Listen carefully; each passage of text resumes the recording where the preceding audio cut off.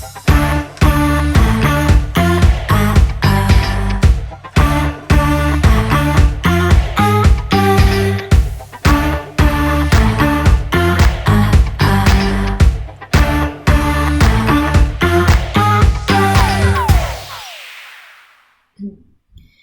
welcome to the Moms Being Moms podcast, where we swap our weekly mom moments, wins, and fails, then cover stories of moms being moms, the good, the bad, and the ugly. I'm Jessica. I'm Sam. I'm Whitney. And let's mom it out. All right, so this is a special episode because it is coming out the week of Father's Day. So happy Father's Day to dads who might listen to us. I don't know if dads would want to listen to us, but, this podcast is all about moms, but to be a mom, there are dads involved. So I guess we can do one episode about them. They only get one, though. Only one. And to be fair, it's kind of just like a joint one. So for Father's Day, we're going to do a little bit different this time. We're going to do some like dad shout outs, some dad wins for our hubbies. So mine is more of a husband win. So for my birthday, I did not get something off my wish list, but I did get something.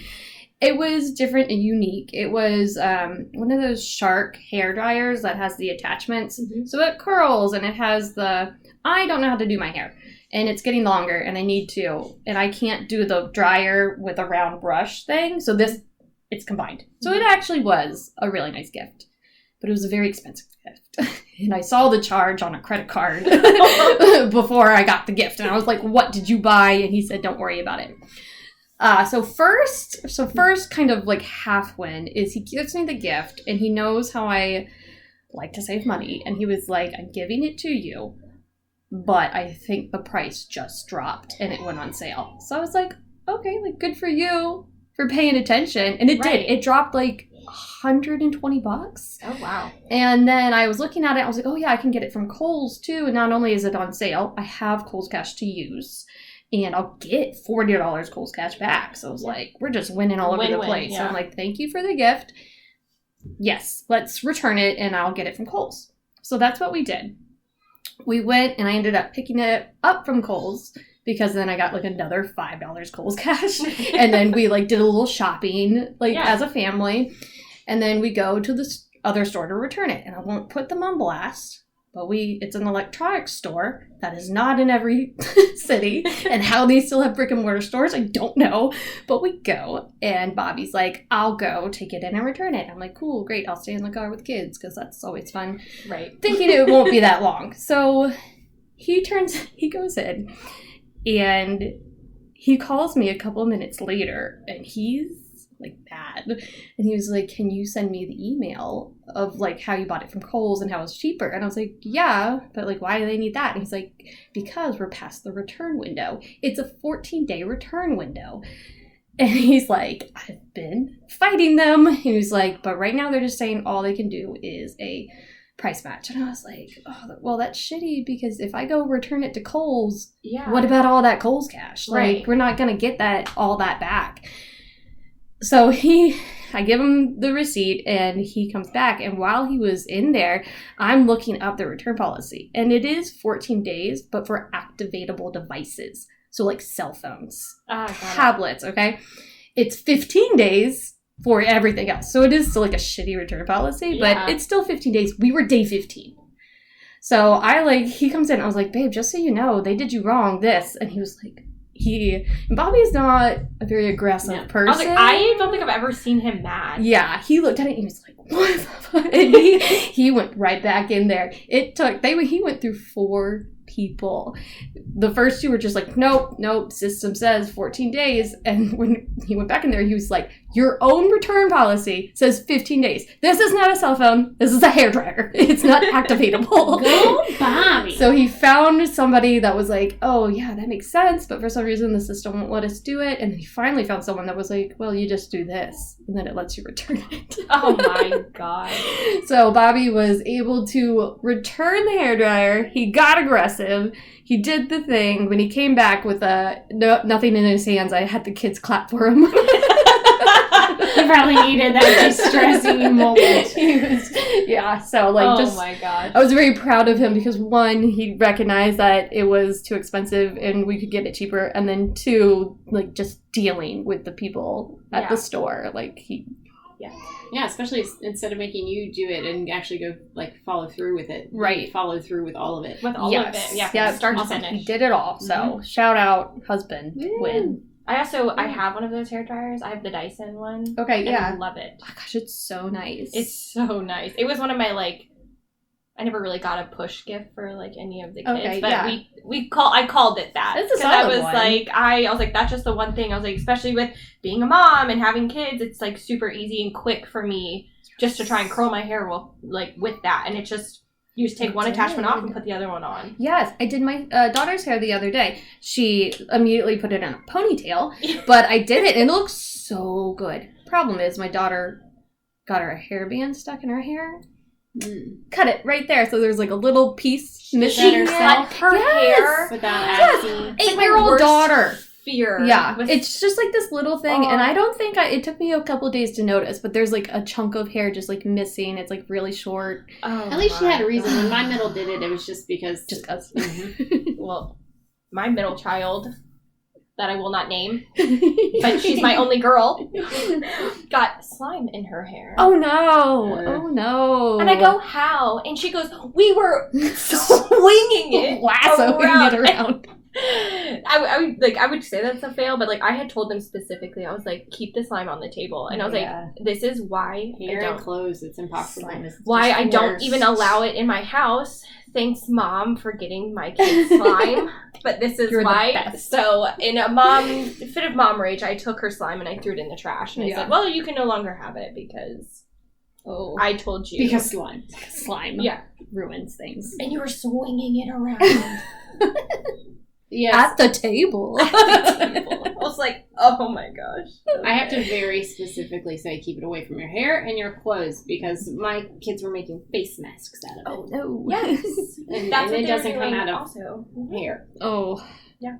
Slime. Because I like to be fun once in a while. I'm like, yeah, absolutely. You can play with slime, and then I hate myself. Instant regret. Mm-hmm. Yeah. That's when they used to come home from preschool. Our oldest came home with it, and I immediately threw it in the trash. I was like, nope. I do touch it now. No slime in this house. I test the stickiness factor. I'm like, that slime is allowed. Stickiness factor. We'll go Bobby for his one. I will do mine. This happened recently. My oldest plays t-ball, and unfortunately in his game, if you have kids that play t-ball, you know that they just run at the ball, all of them, even though they're all on the same team as soon as the ball gets hit to them. So cute. That happens a lot, and then they fight over the ball. But this instance, there's a teammate, grabbed the ball, she went to turn to throw to first, and of course he was standing way too close, and she nailed him right in the side of the head with the ball. And so my oldest is very sensitive, so he got very upset. So of course, he originally wanted me, so I had to go over there and comfort him, and then he didn't want to keep playing. But my husband sat there with him and, told him it was fine. He also said, there's no crying in baseball because because you can't not. Yeah. How could you not say that? And then he actually got him to go back out and play and hit. And I feel like that was a pretty big win for Wyatt, because my oldest is very hard to convince to go and do something, especially when he's in a fit. And I think was just probably embarrassed because you have a lot of people like, it's okay, go back out there. Right. He just does not want to be told what to do. So or talk to the people. Right. Random people. I was like, don't want to be mean, but I'm like, you guys are making it worse. Yeah. Please stop being nice. That's why I had to pull him away. I pulled him away, and I was like, go talk to your dad and see if he can help. Yeah. Dads have a good Like, I feel like, yeah, as a mom, maybe I'm just too soft, but I'm just like, it's okay, I'm there for honey. comfort, yeah. And then Bobby comes in. He's like, you're fine. Just go back out there. Yeah. And then my son's like, okay. And I'm like, what How do you do that? magic do you have? Dad magic. Because I kept asking, I was like, do you just want to go out there and just, like, you can hit. That's all we have left is like, you love hitting. And he was like, I don't want to do it. And I was like, okay. I was like, well, let's just go sit down then. And then, yeah, luckily Wyatt was able to talk him into it. Yeah. He felt a pretty big win.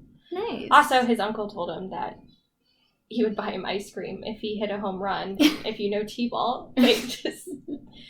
Everyone goes to first, and no one gets out. all the way. Unless he's the last kid. He was the last hitter. He was the last hitter, so technically he hit a home run. Bad uncle, though. He did not get him ice cream. Rude. But I don't think he even heard him. Or As even an remembered. IOU. And also, he's, like, super excited about the snacks after T-ball. Every single time he gets a Gatorade or, like, a juice, immediately chunks it. The entire day thing. of my life. The entire thing at one time. I was like, dude, you don't have to chunk. I was like, we have Gatorade at home. You know that, right? Like, it's not anything special that he never gets. But yeah, my kids do the same, but we're pretty stingy on the extras. So, no, you may not have any this morning. Yeah. Oh, good. Good for both of them. yeah, so that was a good one. That's sweet.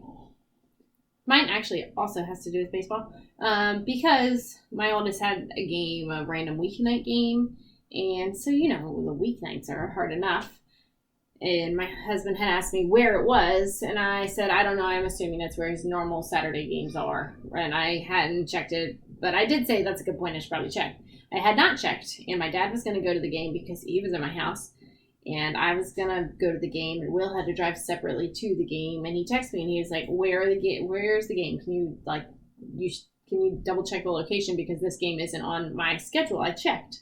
So number one, he checked his own schedule, his own baseball schedule, to double check, and he reminded me to double check where it was, and he was right. It was at where my kid normally practices, which is 20 minutes away, so I kept multiple families from driving to the wrong, or he did this. He kept multiple families from driving to the wrong location. I'm like, thank you for thinking ahead, because I would have just driven to the wrong location. Yeah. This is so pathetic, but I don't really expect the dad to look at the schedule. I pretty much just like, this is when we're going to be here, and this is the time, and this is where we're going. Mm-hmm. So the fact that he made me circle back around, and it's like, you should probably double check the location. Huh. You're right. Yeah. Thank you for making me look. That's awesome. We would have all been 30 minutes away. That's so tricky with baseball. Like, just all the different fields. That's what I like about my son's soccer. Show up, it's one of these 3 fields. Well, I had Scan. I almost had a fail when I was trying to... I, looked at everyone's times, because I'm trying really hard to make it to every niece and nephew's games. Yeah. Which I think I've succeeded. Yeah. Because I made it to your middles. I made it to your oldest. And then... the other weekend, I was like, oh, we'll go to your son's soccer game. And I was like, oh, and your Whitney's oldest has a game at 1 o'clock. And then my kid's baseball or t-ball game is at 1:30. And I was like, okay, well, maybe I can, somehow make it to all of them, because I thought that the soccer game was at the same place that the baseball game was, because it both said complex. Oh, gotcha. Yeah. And then I was like, oh, that would have been we nice. were on the way there, and I was like, because Wyatt was like, where are we going? And I was like, oh, go, to the complex by the fairgrounds. And then you had texted me, and you were like, yeah, park by the playground and walk across the bridge. And I go, what fucking bridge and playground is she talking about? And how have I missed him this whole time? Yeah, and I was like, oh, thank God she texted me that. And I re-looked it up, and I was like, oh, that's, I cannot make both of those. We're only going to make one. And I was like, oh my gosh, you idiot. And when you walked up, my son scored. Sam's like the lucky charm for my kids scoring.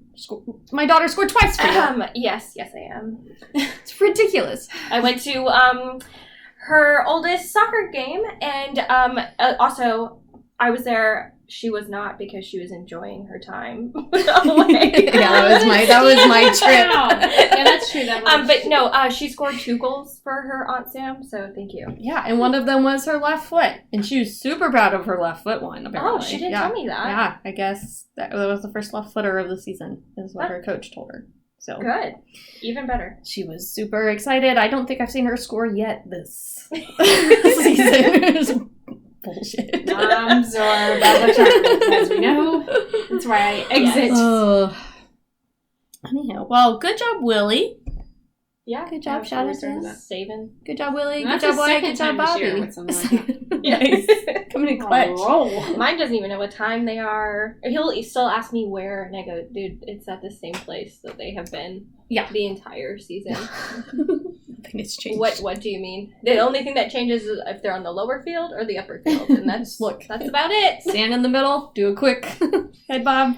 He wouldn't even know how to look it up to find the schedule. Okay? He wouldn't. He'd have no idea. Oh, no. Will wouldn't either. I had sent him a screenshot of the one I typed up for our family. I guess Wyatt could look it up by going to our family. He would know. Facebook he wouldn't know to look page. There, would he? No, he wouldn't. That wouldn't even cross his that mind. wouldn't. Will I know? And I posted it. Yeah. But we love you guys. We love our husbands. They have their roles. They do have their roles. I couldn't be a stay-at-home mom without mine. Right. So they have their I'm wins. very grateful for that. Well, shout out to the dads in our lives and dads everywhere. This next story is for you. So we're going to talk about Charles and Kiera Johnson. Oh my goodness, I can't find their last name. That is their last name, yes. So this week we're going to talk about Charles and Kiera Johnson. They're the parents to 2 boys. Let's give this mom and dad their moment. So we're going to open up our story in 2016. Charles and Kiera are pregnant with their second child, and they're going to have back-to-back boys. And back-to-back boys is something they actually really wanted, so they were super pumped about it. The first pregnancy had been healthy, but it ended in an emergency surgical birth in 2014. Baby Charles experienced heart decelerations that became concerning. So they were moving from Atlanta to Los Angeles during this pregnancy. So they were excited for this world-class care because it's LA. They got good hospitals out there. At the time, Johnson was set to produce a daytime television syndicated show in LA, and Kiera ran a hospitality consulting business. Kiera and baby Langston were healthy throughout the pregnancy. Kiera did amazing stuff. She spoke 4 languages. She raced cars. She ran marathons. She liked to skydive and had a pilot's license. And there's even videos of her teaching Mandarin to baby Charles when he was just 6 months old. Wow. Yeah. Doing it all. The good ones, man. Yeah. Mm-hmm. Kiera and Charles took intentional steps to select a provider that met their needs. So they opted for a scheduled surgical birth with a provider who had excellent reviews and certain privileges at Cedars-Sinai Hospital in Los Angeles. The doctor had assured them that this was the safest approach to the delivery due to her history. A vaginal birth after cesarean was never presented as the option. And I do have the doctor's names, but I don't know if they're litigious or not, so I'm not going to say their names. In our sources, there is a podcast that Charles is on that he gives the birth story, and he names names. So I would highly recommend looking into that podcast and listening. It was a good listen. So they have their provider, who was highly recommended, highly reviewed. The provider introduces them to another doctor as a backup provider for the procedure, which isn't unusual. Something happens. Mm-hmm. So we have the original doctor and the backup provider. All right. Now we have the hospital series of events. April 12th, 12:30 p.m., Kiera is admitted to the hospital for a routine cesarean delivery. 2:33 p.m., she gives birth to her son, Langston. At 3 p.m., she is taken out of the operating room and is taken to the post-anesthesia care unit. Shortly before 5 p.m., blood-tinged urine was seen in Kiera's catheter. Charles is the one that notices it, and he alerts the staff. 24 minutes later, about 5:24 p.m., her catheter is bright red. The doctor, the backup provider, is made aware of Kiera's situation. So the rest of this story, the backup provider is the one that's there caring for her. The original provider had left shortly after she had given birth. It wasn't until 6:44 p.m., so an hour and a half later, after they're like, her catheter's bright red blood, 6:44 p.m., a surgical emergency CT scan was ordered. The CT scan was never performed. During the podcast, he also talks about there was blood work done at this time. They do the blood work, and it comes back that her blood levels are low, and that it was a clear sign that she was hemorrhaging. Mm-hmm. Clear signs. 11:42 p.m., 2 physicians are at her bedside, and one performs an ultrasound that finds expanding hematoma and now free fluid. They recommend taking Kiera back for surgery. The backup provider, however, wished to continue expectant management at this time. 12:30, her condition is rapidly declining, and her husband is pleading for help. This was really hard to listen to his story. She is finally taken back for surgery around 12:30 a.m. on April 13th, 10 hours from the time when the family initially realized something was wrong. I pleaded for help for 10 hours in a world-class hospital.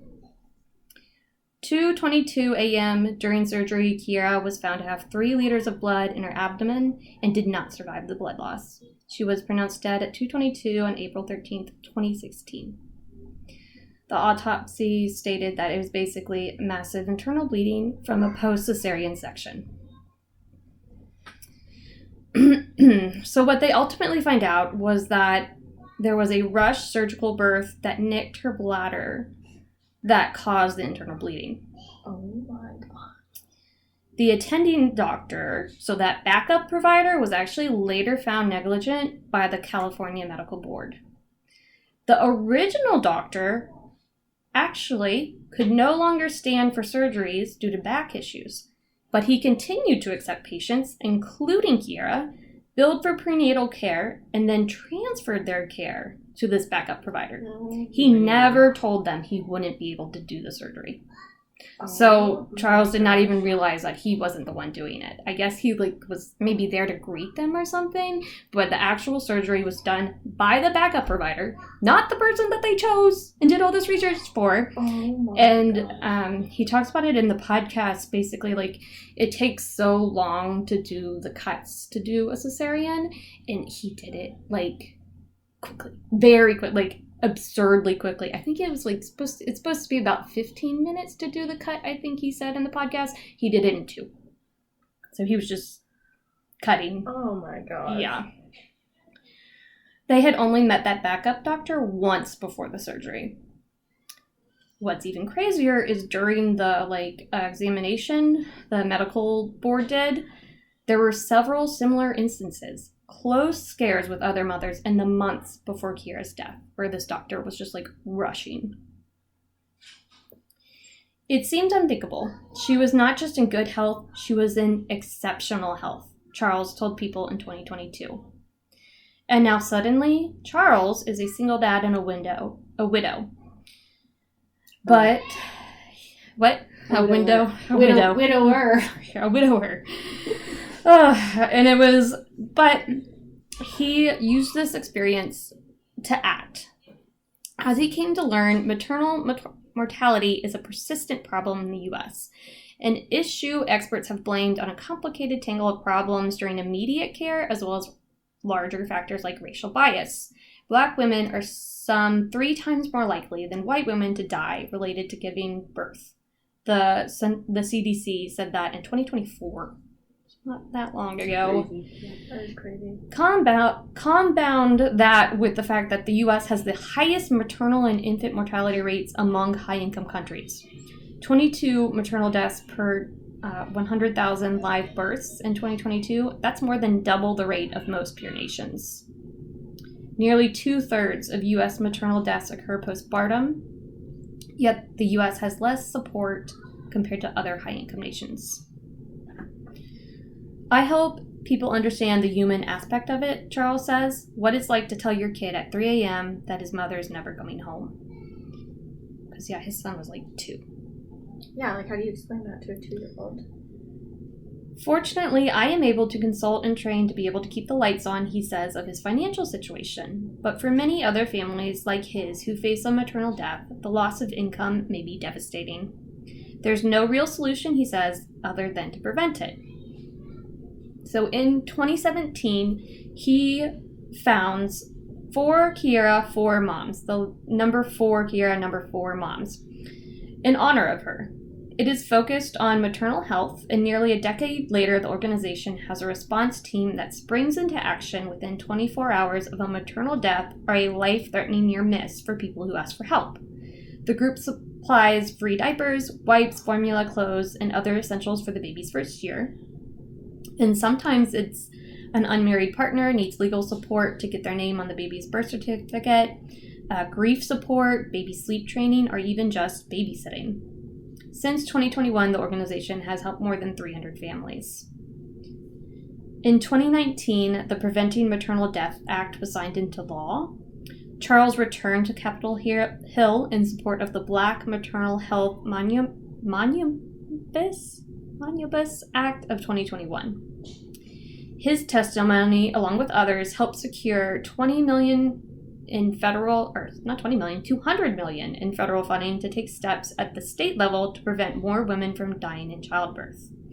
And all of his hard work is paying off. The number of annual maternal deaths in the U.S. fell from a decade-long high of 1,205 in 2021 to 649 in 2024. But he'll tell you that their ultimate goal is no deaths. 1 death is too many. So while sections of the original bill passed, Johnson would like to see the entire package be signed into law. The bill does include a provision honoring Kiera that would include training for respectful maternity care without bias. During his interview in the podcast, he was told she's just not a priority, and it's not a big deal. He was told a lot of infuriating things.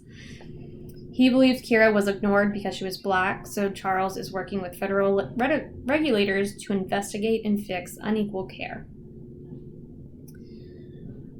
In 2024, the 4 Kieras, 4 Dads expanded nationally.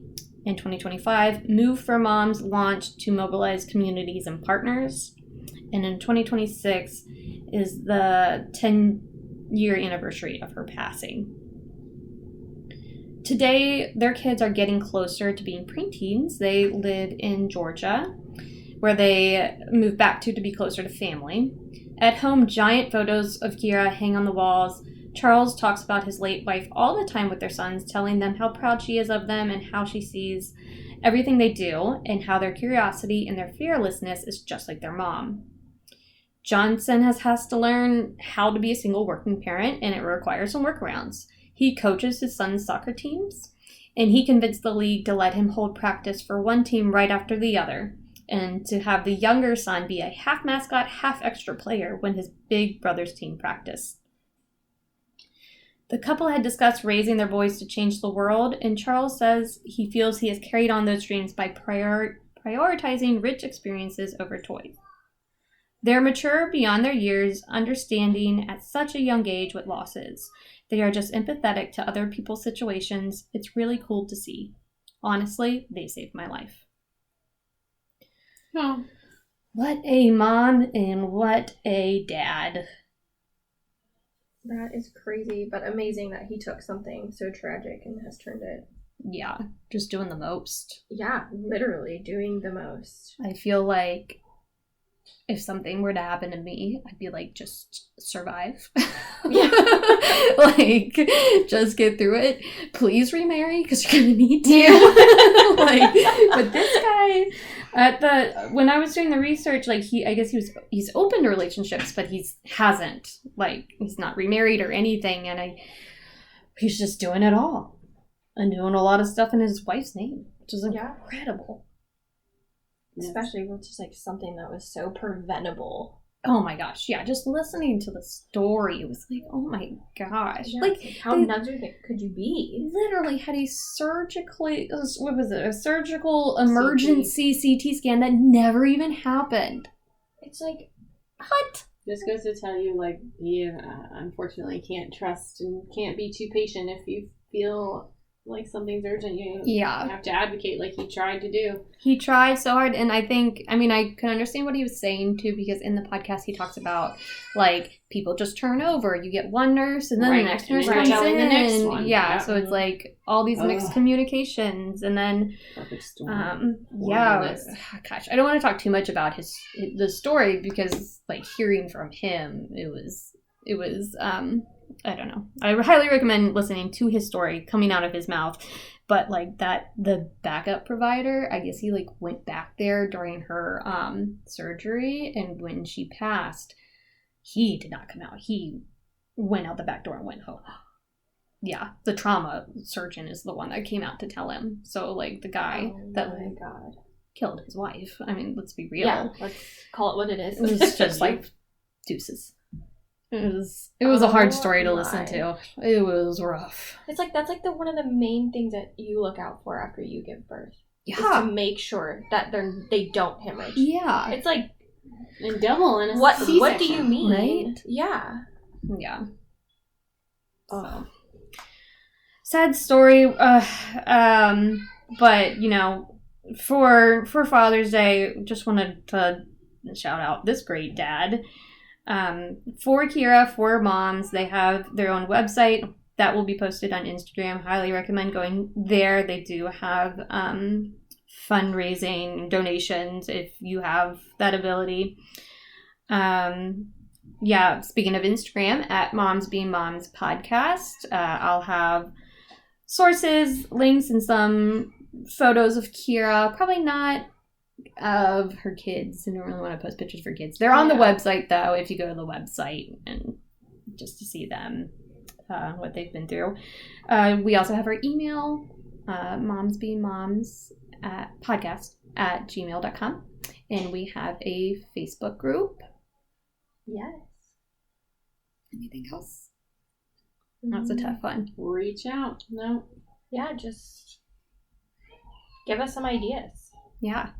We do have ideas, but if there's something that you guys want us to discuss, or if there's a story that you want us to talk about, then your own stories. Yeah. Your own mom wins and fails, because those are always fun. Yeah. Make sure we're not alone. Yeah. Make sure you know it's okay to say it. Yeah. All right. That's it. Mom's out.